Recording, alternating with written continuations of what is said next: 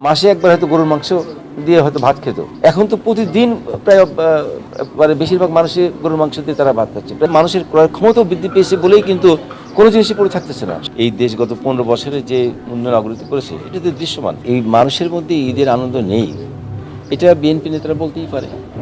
তাদের যে ক্ষমতার যাওয়ার যে স্বপ্ন ছিল, ষড়যন্ত্রের মাধ্যমে রাষ্ট্র ক্ষমতা দখল করে তারা ক্ষমতায় যাবে, সেই স্বপ্ন তাদের ধূলিসাৎ হয়ে গেছে। তাদের ষড়যন্ত্র ব্যর্থ হয়েছে। তাদের সঙ্গে তারা বিদেশি যে প্রভুরা তাদের ষড়যন্ত্র মদত দিয়েছিল সেই ষড়যন্ত্রও ব্যর্থ হয়েছে, যার ফলে বিএনপি এখন একটা হতাশাগ্রস্ত দলে পরিণত হয়েছে।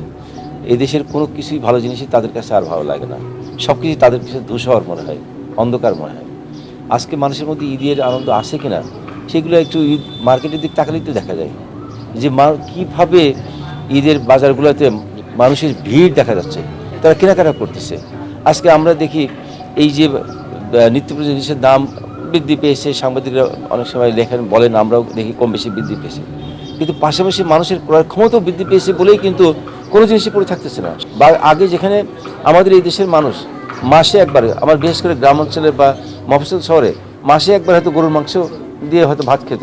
এখন তো প্রতিদিন প্রায় মানে বেশিরভাগ মানুষই গরুর মাংস দিয়ে তারা ভাত খাচ্ছে, প্রায় প্রতিদিনই বলা যেতে পারে।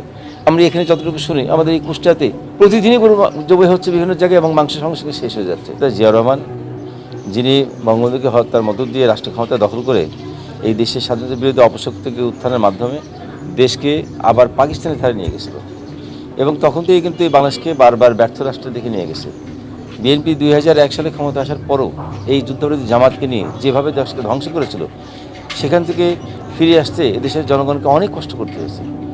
এই ধরনের কষ্টের মধ্যে যদি ভবিষ্যতে না পড়ে, বিএনপির এই অপরাজনীতি সম্পর্কে জনগণকে সতর্ক করার জন্যই মাঝে মধ্যে আমাদের দল থেকে বিএনপি বা তাদের এই অপশক্তির বিরুদ্ধে কথা বলা হয়। এটা তো দেশবাসী জানে যে বাংলাদেশ আওয়ামী লীগ, বিশেষ করে মাননীয় প্রধানমন্ত্রী শেখ হাসিনার নেতৃত্বে এই দেশ গত ১৫ বছরে যে উন্নয়ন অগ্রগতি করেছে এটা তো দৃশ্যমান। এটার জন্যই তো কাউকে নতুন করে কাগজপত্র দিয়ে ব্যাখ্যা করে বলার প্রয়োজন নেই।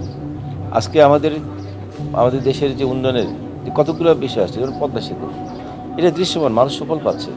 ঢাকায় মেট্রো রেল, ঢাকা শহরে যারা বাস করে তারা জানে যে এই নগরে যানজটের কী ভয়াবহ একটা কষ্ট ছিল।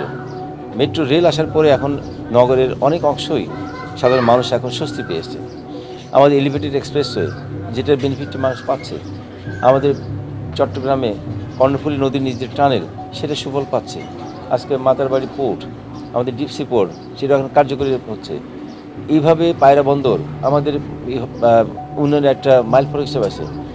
তো আমাদের দেশের বহু উন্নয়ন হয়েছে যেগুলো দৃশ্যমান, এবং এই সমস্ত উন্নয়নের কারণেই কিন্তু আজকে বাংলাদেশ মাথা পিছু আয় $535 থেকে বিএনপি সময়ের এখন প্রায় $2800 আমরা পার হয়ে গেছি। তো এগুলো তো আজকে দৃশ্যমান। তো সেই ক্ষেত্রে এটা বিএনপির কাছে কষ্টদায়ক, কারণ বিএনপি এবং তার মিত্র জামাত, যারা পাকিস্তানের ধারায় বিশ্বাসী, এখনও পাকিস্তানের প্রীতি যাদের মধ্যে অন্তরের মধ্যে আসে, এরা বাংলাদেশের এই উন্নয়ন অগ্রগতিকে কখনোই পছন্দ করে না বা তাদের মেনে নিতেও কষ্ট হয়, যার কারণেই তারা আওয়ামী লীগের বিরুদ্ধে নানান মিথ্যাচার করে জনগণকে বিভ্রান্ত করার চেষ্টা